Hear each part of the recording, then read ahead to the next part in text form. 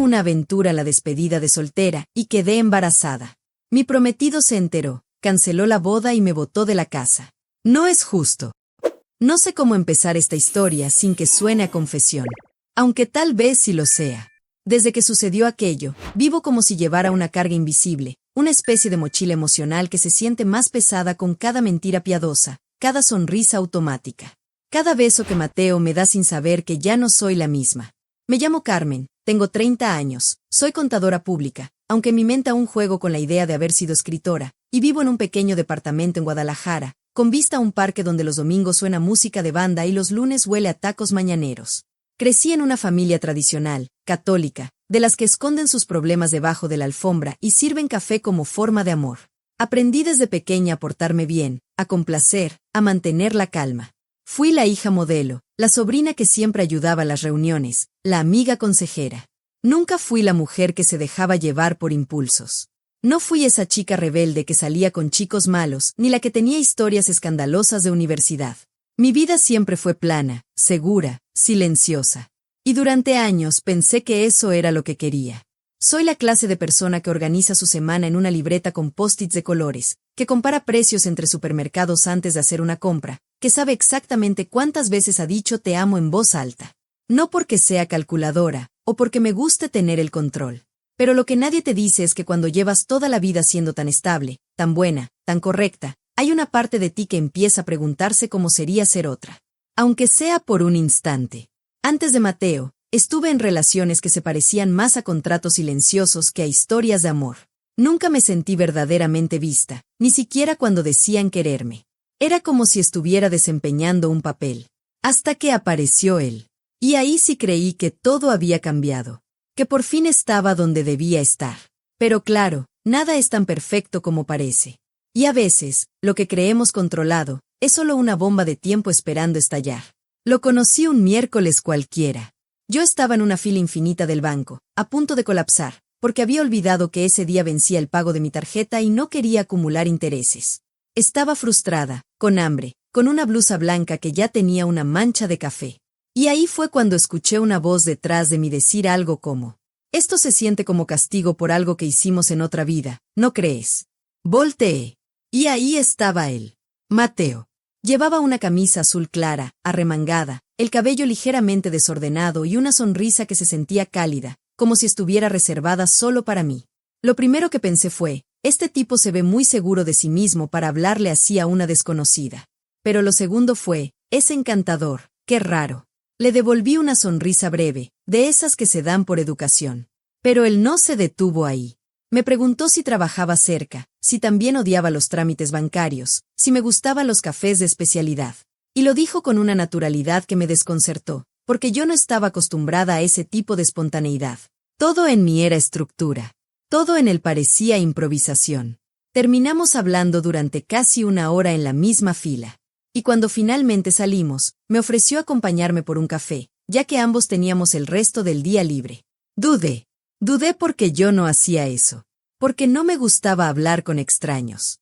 Pero había algo en su energía, en su forma de mirarme a los ojos sin apuro, que me hizo decir sí. Fuimos a un café pequeño en Providencia. Mateo pidió un americano, sin azúcar. Yo pedí un latte de vainilla. Hablamos de nuestras carreras. Él era arquitecto.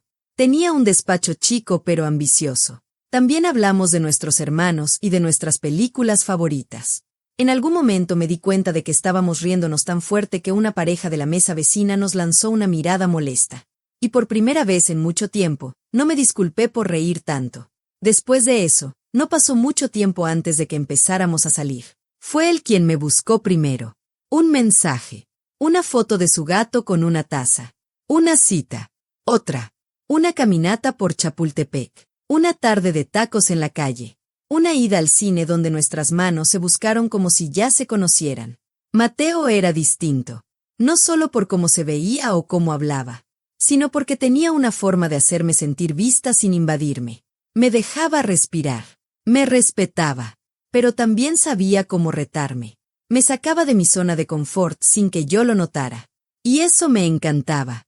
Porque de alguna forma, junto a él, yo empezaba a ser una versión más ligera de mí. Menos rígida. Más abierta. Recuerdo una tarde en el Parque Metropolitano, cuando nos sentamos en el pasto a ver el atardecer. Él me preguntó si alguna vez había pensado en casarme. Y yo, medio en broma, dije que solo si no tenía que usar tacones ese día. Él sonrió. Anotado. El día que te lo proponga, te juro que vas a poder usar tenis blancos si quieres. Y ahí supe que lo decía en serio. Y que yo, aunque me diera miedo, también empezaba a imaginar un futuro con él. La primera cita que realmente me marcó fue en un bar escondido. Me llevó a un lugar diminuto, con luces tenues y cerveza artesanal, donde un trío de jazz tocaba en vivo cada viernes por la noche. Mateo no bebía mucho, pero pidió una IPA solo para probar. Y me miró con esa media sonrisa suya cuando arrugué la nariz al probar una stout que sabía a café frío. Conversamos durante horas. Sin celulares. Sin interrupciones.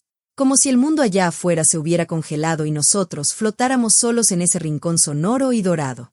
Fuimos a muchos más lugares, museos, parques, cafés raros que descubríamos en Instagram y luego criticábamos con toda la intensidad de dos pseudo-expertos. Cada domingo intentábamos algo nuevo, clases de cerámica, tardes de juegos de mesa con amigos suyos, senderismo en los alrededores de la ciudad. Incluso organizamos un picnic improvisado en la azotea de mi edificio, con pizzas frías y vino barato, solo porque se nos antojó mirar las estrellas como si fuéramos adolescentes. Mis amigas, Camila, Daniela y Patricia, empezaron a bromear con que yo había madurado, pero la verdad es que simplemente me sentía segura. Era fácil confiar en Mateo. Nunca necesitaba preguntarme si me estaba mintiendo o si había otra persona. Sus acciones hablaban por él. Incluso cuando peleábamos, porque claro que lo hacíamos, sabía que no huiría. Era de los que se quedaban para arreglar las cosas. Y eso, para alguien como yo, que antes huía al mínimo roce emocional, era nuevo. Casi intimidante. Una noche, mientras paseábamos por el parque, él se detuvo frente a una pareja de ancianos que compartían un elote.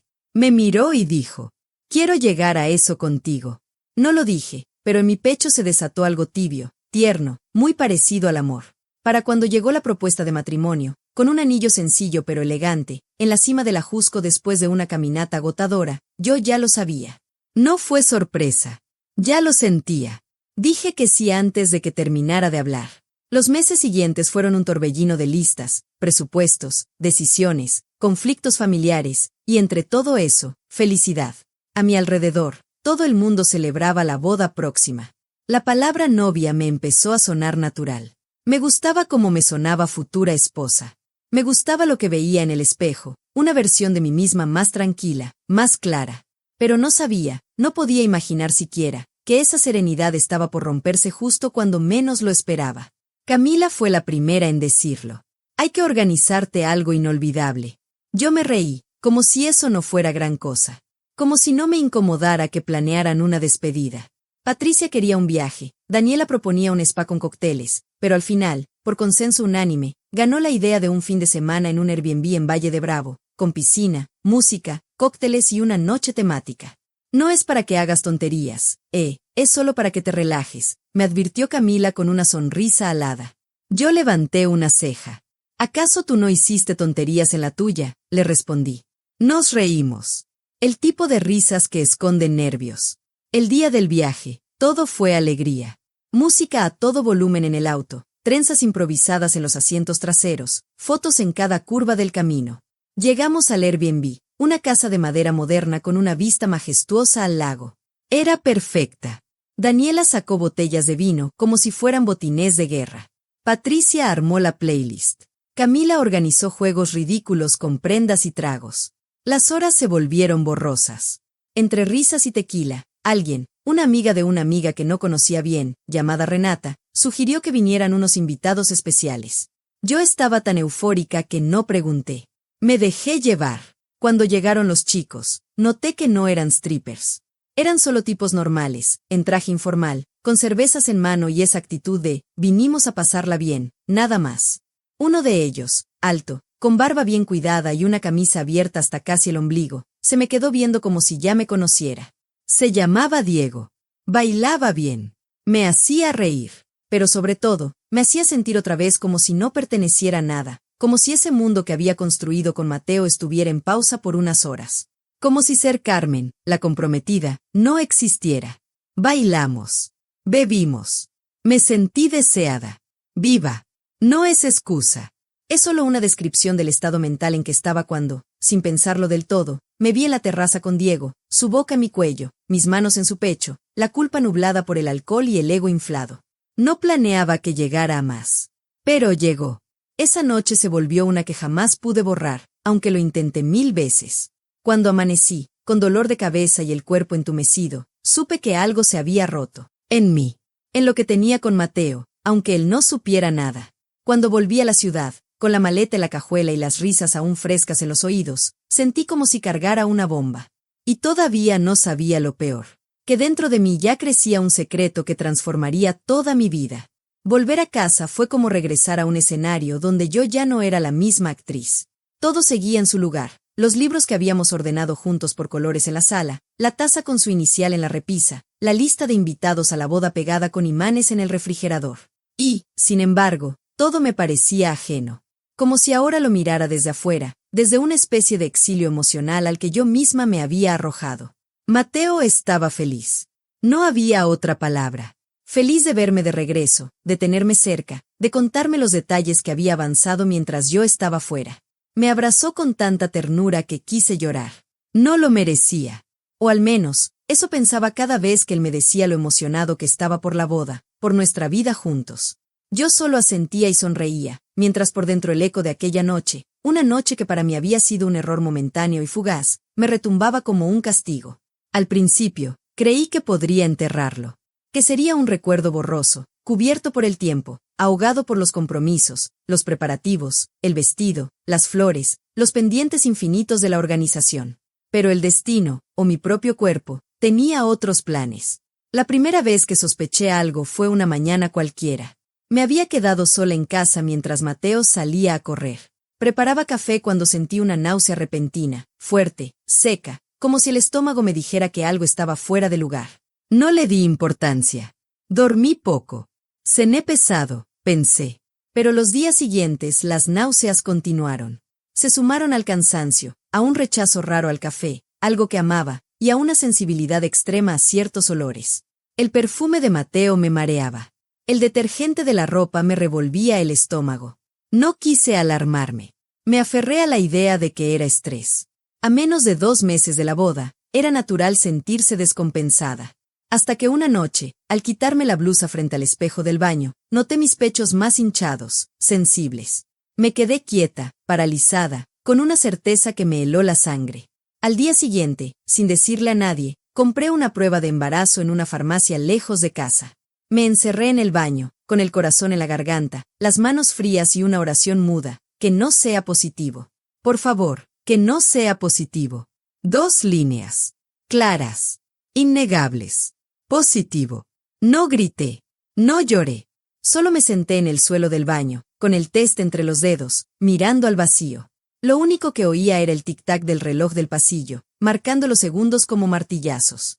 Y entonces, la pregunta, ¿es de Mateo? No tenía forma de saberlo. Con Mateo había tenido relaciones días después de la despedida. Pero la simple posibilidad de que ese niño, ese ser diminuto que ya se gestaba en mi interior, pudiera ser de otro hombre, me dejó sin aliento. No se lo dije a nadie. Ni a mis amigas, ni a Mateo. Solo fingí normalidad. Una normalidad que cada día me pesaba más. Que se colaba en cada palabra, cada gesto, cada mentira piadosa que le decía a él. No era capaz de confesar lo que había hecho, y mucho menos de enfrentar la tormenta que traía conmigo ahora. Mateo hablaba de anillos, de votos, de la luna de miel. Yo pensaba en pruebas de paternidad, en nombres neutros, en la posibilidad, remota, absurda, de que esto no fuera real. Pero lo era. Estaba embarazada. Y no sabía de quién era. A partir de entonces, cada día se convirtió en una escena cuidadosamente ensayada. Aprendí a simular la alegría, a esconder las arcadas, a disimular el miedo con excusas, que el estrés me hacía perder el apetito, que dormía poco por los nervios, que no quería tomar alcohol por limpiar mi organismo antes de la boda. Mateo no sospechaba. Me miraba con dulzura, preocupado a veces, pero sin imaginar que algo tan oscuro estaba ocurriendo detrás de mis gestos dóciles. El embarazo era incipiente, pero real. Me hice una ecografía en secreto, en una clínica pequeña, alejada del barrio. Cuando vi el monitor y el médico me mostró ese punto minúsculo latiendo como una estrella nerviosa, se me hizo un nudo en el pecho.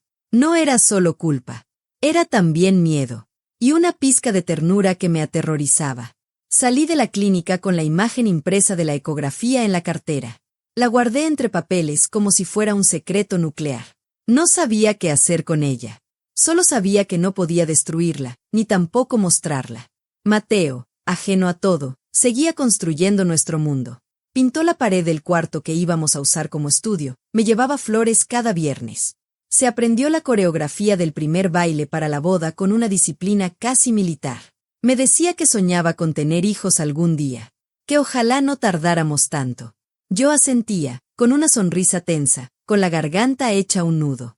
Había noches en las que me levantaba al baño y me quedaba parada frente al espejo, acariciándome el vientre plano, sin saber si odiarme o consolarme. ¿Cómo pude arruinarlo todo por una noche? ¿Por qué lo hice? ¿Por qué no dije no? Las preguntas no cesaban. El silencio era una prisión. Las palabras que no me atrevía a decir se acumulaban en mi pecho como piedras. Pensé 1000 veces en decirle la verdad.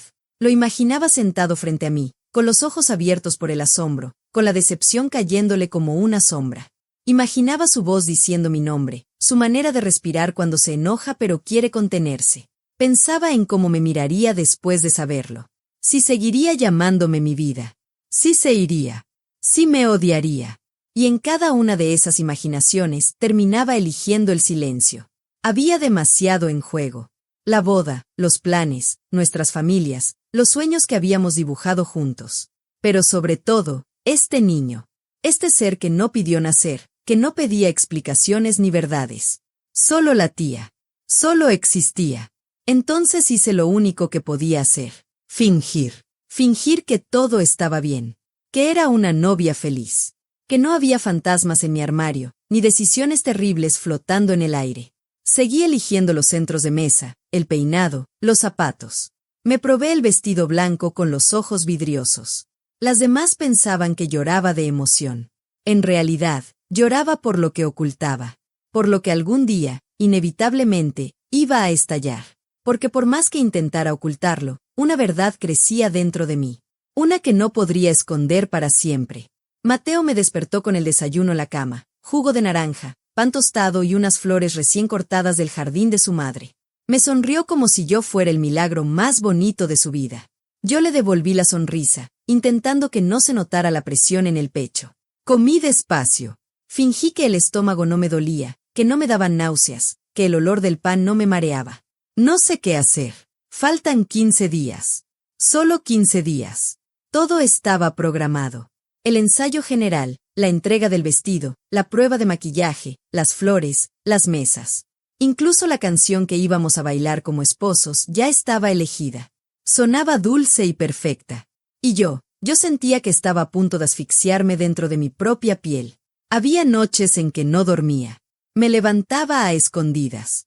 Caminaba por la casa en bata, con las luces apagadas, mirando el reflejo de mi cuerpo en las ventanas. Tocaba mi vientre, que apenas empezaba a redondearse, y deseaba con todo mi ser que el tiempo se detuviera.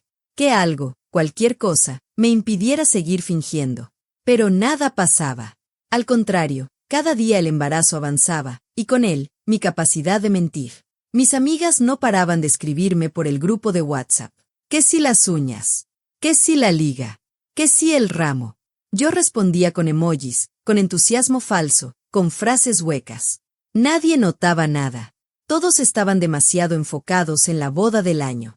Y Mateo, él era un hombre enamorado. Puro. Inocente. Me hablaba del futuro con una certeza que me desgarraba. Cuando volvamos de la luna de miel, me decía una tarde mientras escogíamos sábanas, vamos a empezar a buscar una casa más grande. 3 cuartos, por lo menos. Para cuando tengamos niños. Tuve que contener el aire. Me dolía la garganta. Apreté su mano. Fingí que todo estaba bien. Pero dentro de mí algo gritaba. Ya estás embarazada, Carmen, y no es de él. Edición. Unos días después. El aroma a canela y vainilla inundaba la cocina mientras mis dedos amasaban con furia la masa para las galletas que serviríamos en el ensayo de bodas. 3 días. Solo faltaban 3 días para jurar amor eterno con una mentira creciendo en mi vientre. El reloj de pared marcaba las 4:37 de la tarde cuando el timbre de mi teléfono cortó el aire como un cuchillo. Amor, ¿me lo contestas? Le mostré mis manos embadurnadas de harina y huevo a Mateo, que revisaba los planos finales para nuestro futuro hogar en su laptop. Debe ser la florista confirmando los centros de mesa. Él alzó una ceja con esa expresión divertida que tanto amaba, la que hacía cuando fingía fastidio, pero en realidad disfrutaba cuidarme, y tomó el celular sin mirar el número.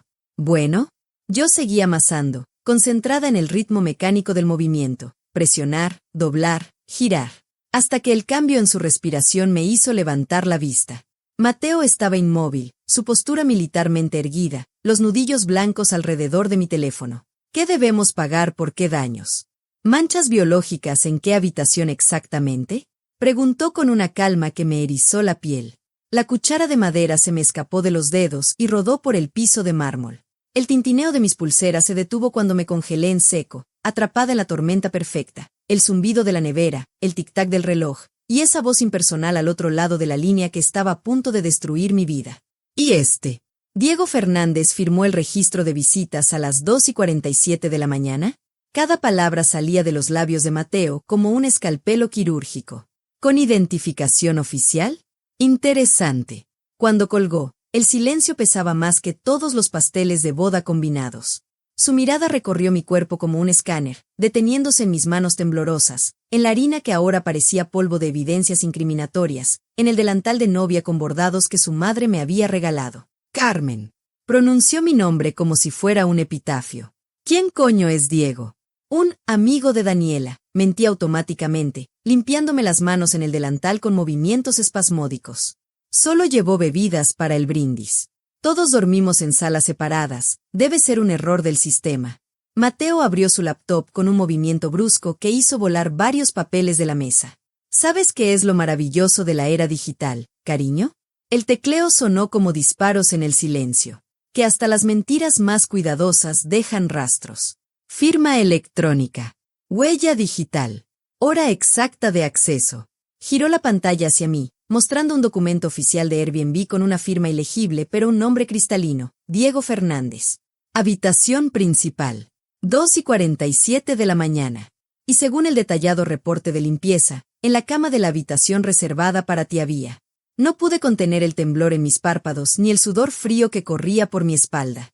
Las imágenes de esa noche me golpearon como un puño, la música ahogando mis risas nerviosas, las botellas vacías alineadas como soldados traidores, las manos de Diego en mi cintura mientras la puerta del cuarto se cerraba detrás de nosotros. Fue un error, exploté, sintiendo las lágrimas calientes caer sobre la masa cruda que ahora parecía cemento en mis manos. Estaba borracha y asustada y, Dios, ni siquiera recuerdo su apellido hasta ahora. Fue una sola vez, te lo juro. Mateo cerró la laptop con un golpe seco que hizo saltar las migas sobre la mesa. Sus ojos, esos ojos cafés que siempre me habían mirado con ternura, ahora eran 2 piezas de obsidiana pulida. Ah, fue una sola vez.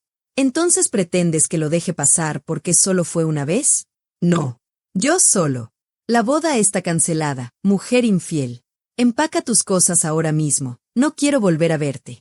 Cada palabra era un clavo en mi ataúd. Mateo, por favor. Mis manos volaron al bolso como palomas heridas, sacando la ecografía que había escondido durante semanas. El papel se arrugó entre mis dedos temblorosos al extenderlo hacia él. Estoy embarazada. Podría ser tuyo. Lo hicimos después del viaje. ¿Recuerdas esa noche en la bañera? Él tomó el documento con 2 dedos, como si temiera contaminarse. Sus ojos recorrieron mecánicamente las fechas del examen antes de alzar la mirada con una risa que no llegaba a los ojos. 5 semanas y 2 días. El cálculo fue instantáneo, implacable. Justo el periodo de implantación post-despedida. ¡Qué conveniente coincidencia! Me aferré a su brazo con la fuerza de los condenados, hundiendo mis uñas en la tela de su camisa. Podemos criarlo juntos. El verdadero padre es el que cría, no el que engendra. Este bebé no tiene la culpa de... Mateo despegó mis dedos uno a uno con una precisión cruel. Entonces ve a buscar a un buen padre criador. Arrojó mi abrigo sobre la mesa, manchando las galletas perfectas con la cremallera metálica. O dile a Diego que empiece a actuar como el padre que tanto predicas. Cuando el portazo resonó en el departamento, el detector de humo comenzó a pitar. Las galletas se quemaban en el horno, igual que mi futuro. Y por primera vez en meses, ya no tuve que contener las náuseas. Edición. Han pasado 3 meses. 3 meses desde que el portazo de Mateo resonó en mi vida como un juicio final. Todavía me duele su reacción. Ahora escribo esto desde mi antigua habitación en casa de mis padres, entre las paredes que me vieron crecer y que ahora me miran con decepción. El mismo techo bajo el que soñé con princesas y finales felices, y que ahora parece aplastarme con el peso de mis errores. Al principio, lo intenté todo. Fui a su despacho con las manos temblorosas y los ojos hinchados, rogándole que escuchara al menos una explicación. No hay explicación que cure esto, Carmen, me dijo, sin alzar la voz, sin siquiera mirarme a los ojos. Solo hay consecuencias. Le escribí cartas que nunca envié. Dejé mensajes que nunca contestó. Hasta que un día, su mejor amigo me encontró en un café y, con más pena que rencor, me dijo las palabras que aún me queman: déjalo ir. Ya bloqueó hasta el color de tu vestido de novia. Entonces, sin opciones, busqué a Diego. Fue tan fácil encontrarlo en redes sociales, ese bigote bien recortado en su foto de perfil, esa sonrisa de dientes perfectos que ahora me daba náuseas. Cuando le escribí, su respuesta fue rápida y fría como un bisturí: no sé de qué me hablas. No firmé ningún registro en ningún Airbnb. Mintió. Claro que mintió. ¿Pero qué podía hacer? ¿Mostrarle la ecografía como si fuera un trofeo de mi estupidez? ¿Exigirle que se hiciera cargo de un niño que ni siquiera estaba seguro de ser suyo? Así que aquí estoy, con un vientre que ya no puedo esconder, con padres que me sirven el café en silencio, como si el sonido de la vajilla chocando fuera el único lenguaje que les queda para decir: te deshonraste sola. Con amigas que dejaron de llamar, con un teléfono que ya no suena, y con un futuro que se reduce a una cita mensual en el consultorio de mi ginecóloga, donde cada latido del corazón de ese bebé, de Mateo, de Diego, de ningún hombre y solo mío, me recuerda que las decisiones no se borran. A veces, cuando el insomnio me gana, me pregunto qué habría pasado si esa noche en Valle de Bravo hubiera dicho no. Si me hubiera quedado en mi habitación, sola, sobria, fiel. Si hubiera sido la Carmen de siempre, la que llevaba post-its de colores y no mentiras en el bolso. Pero el que hubiera pasado no existe. Solo existe esto: un bebé que crece dentro de mí. Un hombre que alguna vez me amó y que ahora ni siquiera quiere verme. Y yo, que aprendí demasiado tarde que cuando juegas con fuego, no son los demás los que terminan quemados. Eres tú la que queda en cenizas.